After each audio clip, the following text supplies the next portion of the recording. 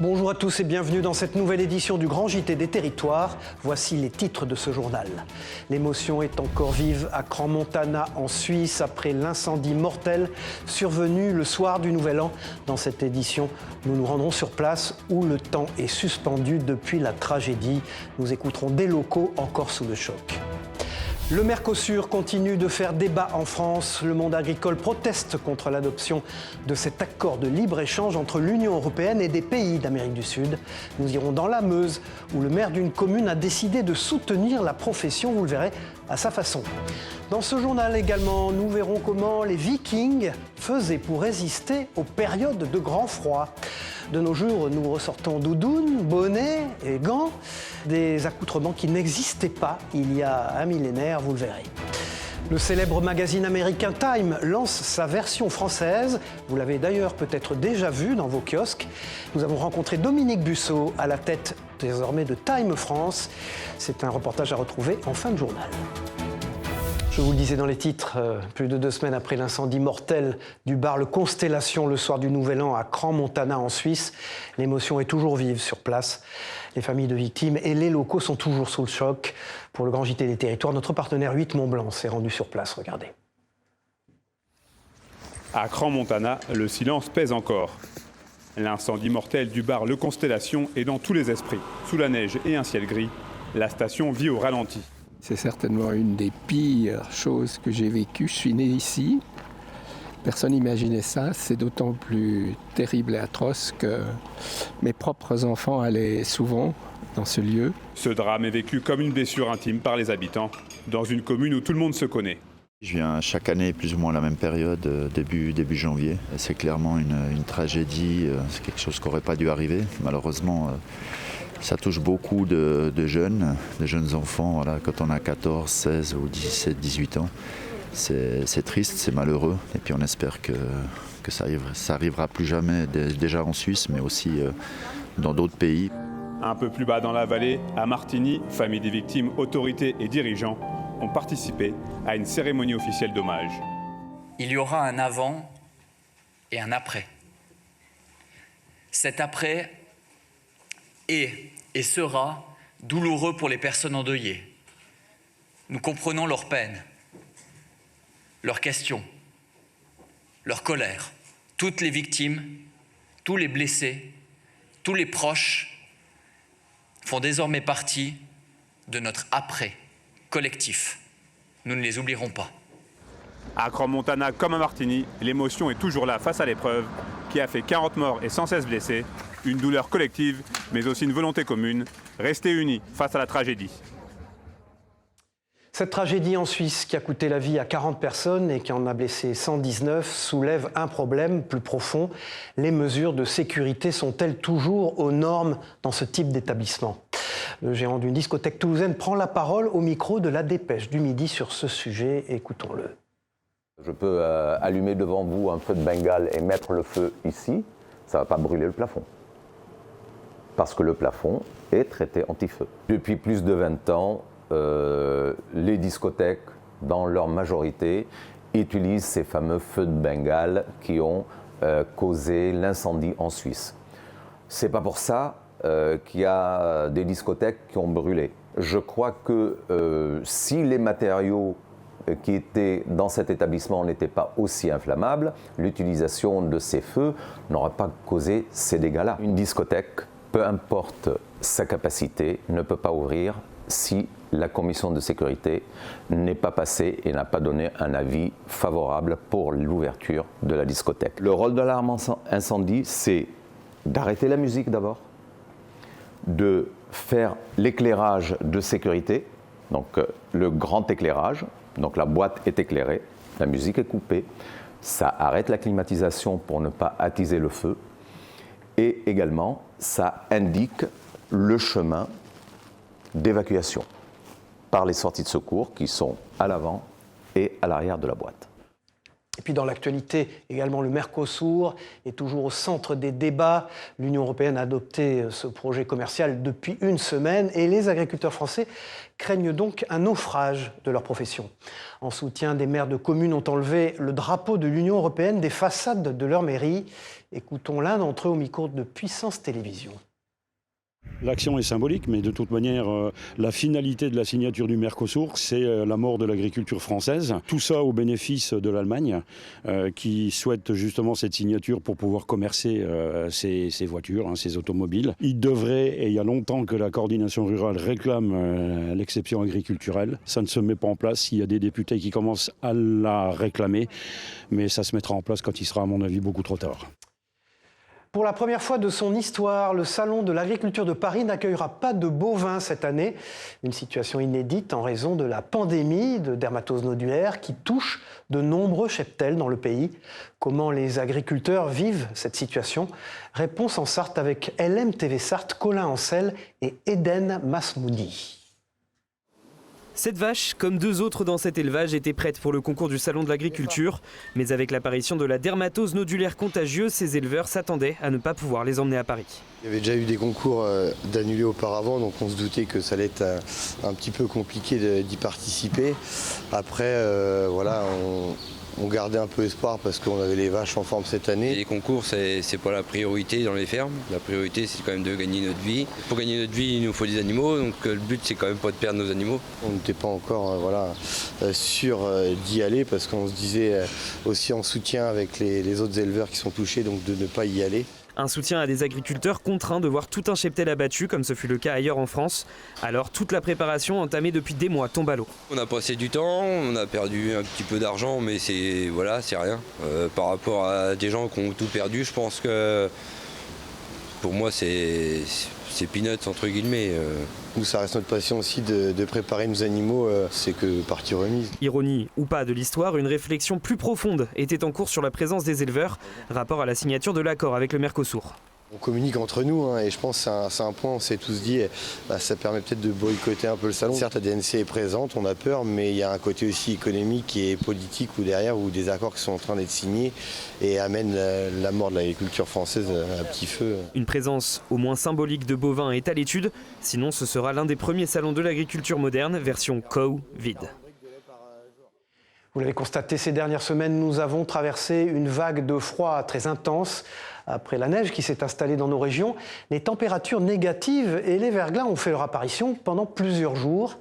Et des conditions climatiques se sont compliquées pour les agriculteurs qui changent leurs habitudes. Donc, comme nous le montre ce reportage de Télé Nantes en Loire-Atlantique.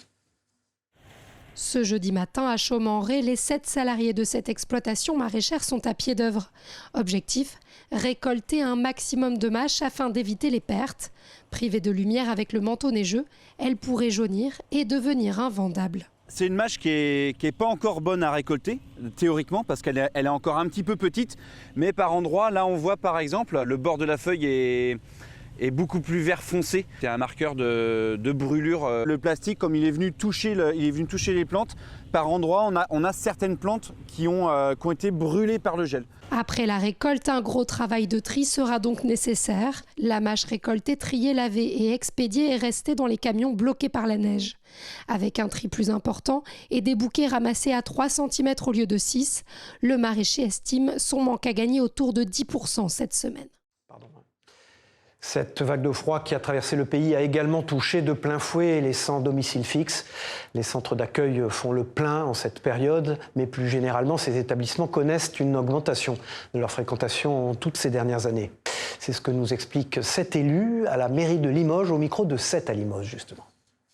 Ici, on a un espace convivial pour venir prendre le thé, le café, un petit moment de chaleur et de répit à l'abri. Possibilité de recharger son téléphone portable.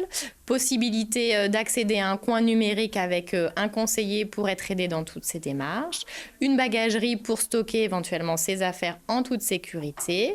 Accès à des sanitaires, douche, machine à laver et sèche-linge gratuitement. Et puis, avec cette période de grand froid, vous avez ressorti tous vos doudounes, vos bonnets, vos gants les plus chauds. Mais figurez-vous qu'il y a un millénaire, les Vikings n'avaient pas nos équipements. Je vous propose donc de découvrir quelles étaient leurs tenues pour résister au grand froid, au micro de l'Ardennais, un des quotidiens du groupe Rossel, Margot Plisson. Alors, on a une sous-robe qui est en lin, On a le tablier qui est en laine. Et pour le moment, pour l'hiver, on met les peaux, donc la face vers le haut parce qu'il fait vraiment froid. Les gants, les mitaines qui sont en night bending. Et alors, voilà, c'est normalement ce qui compose la tenue. On est protégé par une peau de mouton. Alors ici, vous la voyez retournée pour la simple bonne raison que le cuir de la laine de mouton va servir d'isolant. C'est un peu comme la toiture. Et le dessous, la laine, ce qui va garder la chaleur et en même temps il y a l'évaporation de l'humidité du corps tout en restant bien au sec. Tout autre chose maintenant, vous avez sûrement acheté un sapin pour les fêtes de Noël et vous ne savez pas quoi en faire pour vous en débarrasser. Figurez-vous que plusieurs villes en France organisent des collectes pour recycler ces sapins usagés avec des espaces dédiés et éviter ainsi des dépôts sauvages. Exemple à Troyes dans l'Aube avec ce reportage de Canal 32, regardez. C'est désormais une tradition depuis 2009. Après les fêtes de fin d'année, les Troyens sont invités par la commune à déposer leur sapin de Noël. Cette année, ce sont 33 points de collecte qui sont mis à disposition des habitants. Seule consigne, ne pas laisser sacs à sapin et décorations sur place. Chaque année, ce sont 2500 à 3000 sapins qui sont récupérés et broyés par les agents municipaux. La collecte se tiendra jusqu'au 25 janvier. Le plan interactif des points disponibles est à retrouver sur le site de la ville de Troyes. Ce que je trouve important, c'est que nous ne les considérons plus depuis bien longtemps comme des déchets, mais comme des ressources. Ces sapins, la ville s'est équipée pour pouvoir les réutiliser, les transformer en broyat. Et ces copeaux vont être entreposés au parc des Moulins. Et il faut savoir que, comme tous les épineux, sont des copeaux qui vont être plutôt acides. Donc, par exemple, on ne peut pas vraiment s'en servir pour mettre dans les parterres fleuris, etc. Donc, on s'en sert pour recouvrir les allées des petits sentiers qui serpentent dans le parc des Moulins. Ça nous permet d'avoir un substrat qui soit souple. Et en même temps, voilà, ça fait qu'on n'a plus d'intervention, on n'a pas d'herbes adventives qui vont survenir. Ça nous permet un entretien très écologique et très efficace. Cette opération, elle a débuté le 26 décembre. Elle va se poursuivre, ça c'est important de le savoir, jusqu'au 25 janvier. Voilà, ce qui laisse le temps à tous nos concitoyens de s'organiser, de savoir quand est-ce qu'on va se débarrasser et puis plonger dans la nouvelle année 2026. En ce début d'année 2026, l'épiphanie est un moment très apprécié par beaucoup d'entre nous, l'occasion de manger l'inévitable galette des rois. Je vous propose donc une immersion avec un boulanger de la Loire qui nous dévoile ses secrets de fabrication pour sa galette très particulière récemment primée dans un concours. Reportage de TL7, Alexandre Crouzet. Stag Wagner a déjà obtenu sa couronne, celle de créateur de la meilleure galette de la Loire. Organisé à l'Institut des métiers de Saint-Étienne, ce concours a récompensé le travail d'un professionnel sur 17 candidats. Il s'est imposé grâce à son feuilletage parfait et sa frangipane équilibrée. Apprenti, j'en avais déjà fait quelques-uns, notamment le concours du meilleur croissant et de la meilleure baguette de la Loire, en catégorie apprenti du coup. Et à chaque fois, ça s'était pas trop mal passé, mais on va dire qu'il n'y avait pas de podium. Et puis là, c'est un des premiers concours professionnels que je fais. Enfin, mon métier c'est tourrier, donc c'est tout ce qui est le travail de ce genre de pâte. Donc c'est vrai que du coup je me suis dit pourquoi pas. Au final ça a marché, donc on est plutôt content.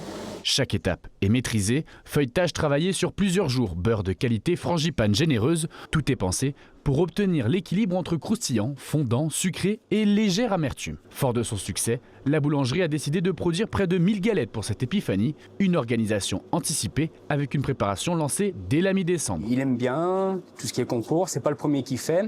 On avait fait des bons résultats certaines années, on avait fait des belles perfs, mais cette année ça nous a souri. Donc ouais, c'est une fierté évidemment. Ouais. Privilège du vainqueur, Stan Wagner ne pourra pas se représenter l'an prochain, mais il fera partie du jury à son tour pour élire la meilleure galette de la Loire. Et puis, en ce début d'année 2026, nous avons tous pris, enfin j'espère, de bonnes résolutions. Pour certains, ce sont réussir ses études, ou arrêter de fumer, ou encore par exemple perdre du poids. Aller à la salle de sport, bien sûr, c'est bien, mais l'alimentation, c'est aussi un point très important. Écoutons une nutritionniste sur ce sujet au micro de ATV en Martinique d'ailleurs. Comme tous les ans, il faut peut-être éviter de se fixer de gros objectifs en fait, parce que je vois plein de personnes qui se fixent des gros objectifs, en particulier sur la perte de poids. Je veux perdre 10, 15, 20 ou plus 2 kilos. Mais en fait, passer par des petits objectifs, on a beaucoup plus de chances effectivement de tenir des petits objectifs. Si on veut repartir aussi du bon pied, pourquoi pas analyser son assiette, son comportement alimentaire également, et revoir la composition de l'assiette, revoir également sa relation avec l'alimentation. Je vous le disais dans les titres, le célèbre magazine américain Time lance sa version française. À la tête de Time France, on retrouve l'entrepreneur de presse Dominique Busseau, déjà aux commandes de 2 autres magazines prestigieux, Forbes et Oniric, un magazine de mode. Le grand JT des territoires a pu rencontrer dans ses bureaux parisiens Dominique Busseau, reportage de Christophe Rigaud sur place. C'est sans doute le nom le plus prestigieux de la presse internationale. Time, le célèbre magazine américain, débarque en France. À la tête de ce projet, un homme de presse audacieux, Dominique Busseau. C'est lui que la nouvelle équipe du Time US contacte pour lancer la déclinaison française du magazine. On aimerait lancer Time à l'international et peut-être qu'on pourrait faire la première licence avec toi. Et j'ai le choix, l'honneur, le privilège, mais aussi la responsabilité de lancer Time France. Et c'est la première déclinaison internationale du magazine Time. Le premier numéro est déjà en kiosque, avec en couverture Angelina Jolie, l'actrice mais aussi la figure de lutte contre le cancer. Un magazine qui produit à la fois des contenus 100% français et qui reprend des articles du magazine américain. Alors il y aura comme une majorité d'articles faits par la rédaction. J'ai mis à la rédaction en chef Elisabeth Lazaro, une ex de Paris Match. On a une vingtaine de signatures quand même françaises. Et également, on a fait quelques reprises d'articles assez marquants de Time US, dont un gros reportage sur le Soudan avec des photos incroyables et le comeback, le plus grand comeback d'une sportive qui s'appelle Lynn Seven, qui à 41 ans est revenue sur le devant de la scène et qui vendredi a gagné une étape de la Coupe du Monde de ski. Et il y a un gros papier sur elle dans Time France. Dominique Busseau est un serial entrepreneur de la presse, à l'origine de 2 autres magazines, Forbes France et Oniric, des titres complémentaires avec la licence de Time France. Avec Forbes, on parle d'entrepreneuriat, donc c'est des conseils pour entreprendre. Avec Oniric, on veut donner goût au luxe, à la mode, on va dans des endroits inaccessibles et on rend accessibles ces endroits inaccessibles. Et avec Time France, l'idée c'est d'avoir un regard français sur un monde géopolitique qui est en constante évolution. Le premier numéro de Time France a été tiré à 100 000 exemplaires. En parallèle du magazine de 200 pages, un site internet a été lancé et vous retrouverez le magazine en kiosque tous les 3 mois. Tout autre chose maintenant. En novembre dernier, le président de la République, Emmanuel Macron, a annoncé la création d'un service national pour répondre aux besoins des armées. Ce lundi avait lieu le début de la campagne de recrutement. Déjà 500 candidatures ont été enregistrées, avec des candidats qui ont aussi quelques questions avant de s'engager, vous vous en doutez. Écoutons cet adjudant-chef à Bordeaux au micro de TV7, la chaîne du groupe Sud-Ouest. Derrière son ordinateur, ce militaire traite les premiers dossiers des volontaires au service national dans le Sud-Ouest. Joignable par téléphone, il rassure et répond aussi à toutes les interrogations. Est-ce qu'ils vont rentrer le week-end ou voilà, est-ce qu'ils vont garder leur habit? Est-ce qu'ils vont côtoyer les militaires d'actifs voilà, ce genre de questions. Pour la rentrée 2026, 3000 postes sont à pourvoir dans les forces armées, 1800 réservés à l'armée de terre. Les régiments sont à la recherche de tout type de profil. Nous avons besoin de jeunes avec des expertises en informatique. Il y a aussi quelques places ouvertes de mécaniciens, d'aide aux moniteurs de sport. Et la jeunesse semble au rendez-vous. Près de 500 candidatures ont déjà été finalisées partout en France. Sur les réseaux sociaux, une vaste campagne de communication a été lancée. Des vidéos diffusées sur les comptes de la Marine nationale, des armées de l'air et de terre. Des images impressionnantes pour donner envie aux 18-25 ans de s'engager. Même si je pense que c'est quelque chose d'important de défendre son pays, c'est pas quelque chose que je me vois faire personnellement. Si c'est juste de la prévention pour être réserviste, pourquoi pas, franchement, ouais. Personnellement, ça m'intéresse pas, mais après je trouve ça bien que certaines personnes se lancent dans ça. En Nouvelle-Aquitaine, 3 régiments accueilleront les militaires de demain, à Pau, Brive-la-Gaillarde et Poitiers. Plus récemment, le président de la République Emmanuel Macron a aussi annoncé vouloir faire reconnaître les bistrots, les bars, les PMU aussi au registre de l'UNESCO. Véritables emblèmes de notre culture, ces lieux sont vecteurs de convivialité, de liens sociaux aussi. Reportage de Moselle TV, regardez. C'est pas comme on croit. Comme chaque semaine, et ce depuis 15 ans, cet habitué a le même rituel. Siroter un café dans ce bar PMU. Regarder les amis, parler avec les amis, parce qu'on se rejoint que le week-end en fait, et puis voilà quoi. Et on parle du travail, voilà, de la vie quoi. On rigole bien. Des clients fidèles comme lui, David, à la tête du café de la Poste, les connaît par cœur. C'est convivial, on s'amuse tous, on se connaît tous, on rigole, on lance toujours des plaisanteries, il y a toujours un mot pour rigoler. Le jour où des petits bars comme le nôtre seront plus en activité, ça créera un désert dans toutes les villes. Derrière le comptoir depuis 27 ans, le quinquagénaire jongle entre les cafés. C'est parti mon kiki. Les tickets à gratter. Une grille de tirage. Et depuis 1 an et demi, voilà le livret.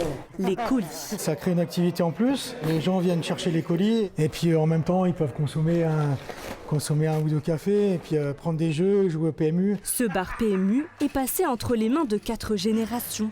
Et en 100 ans, les habitudes de consommation ont bien changé, surtout depuis le Covid. Une grosse perte de chiffres PMU. Le PMU nous aide pas trop dans ce cas-là parce qu'il privilégie beaucoup les gens sur Internet, donc les gens ne viennent plus. On essaie de s'en sortir comme on peut, mais c'est plus comme c'était il y a 27 ans. Ouvert tous les jours de l'année, le café de la Poste reste un lieu de vie à part entière. Un refuge pour les habitués, un pilier du lien social, ici à Folquemont, qu'il faut à tout prix préserver. Tout autre chose maintenant, l'illettrisme est une maladie qui touche plus de 3,5 millions de Français et pourtant ce n'est pas reconnu comme un handicap. Il faut donc apprendre à vivre avec. C'est le cas de ce jeune Vosgien de 22 ans que Vosges TV a pu suivre dans son quotidien. Regardez quelle est sa vie. La feuille là, je peux vous la lire plus rapidement. Je prends ma photo et je vais sur le petit onglet un peu japonais là et je décale et je fais écouter. Avoir les bons gestes et réflexes afin d'éviter les risques. Au fil des ans, Dylan a appris à compenser son illettrisme comme il peut, notamment grâce à son téléphone portable. Et comme lui, il serait en France 3 700 000. Pourtant, l'illettrisme n'est pas considéré comme un handicap. Dylan est ici avec une conseillère de Sup Intérim. Depuis quelques mois, cette agence travaille étroitement sur ce sujet avec le Greta. Au programme pour Dylan ce jour-là, la lecture de plans, des choses comme ça, savoir se repérer dans le temps, dans l'espace. On va s'intéresser aux attendus linguistiques du poste que la personne occupe. Et donc, on va pouvoir travailler les compétences de base que sont le français et les maths pour faire court, mais vraiment en regard de leurs besoins sur leur poste de travail. Dylan est plombier chauffagiste. Nous l'avons retrouvé sur un chantier à Épinal. Le jeune homme est par ailleurs dyslexique et dysorthographique. Après de longues années d'errance scolaire, il a enfin trouvé sa place. Je suis plus sous le domaine scolaire à devoir lire, réfléchir pour les études, tout ça.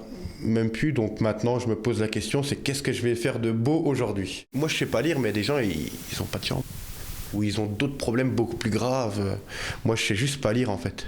C'est un petit truc, comme on dit, j'ai un petit truc en plus.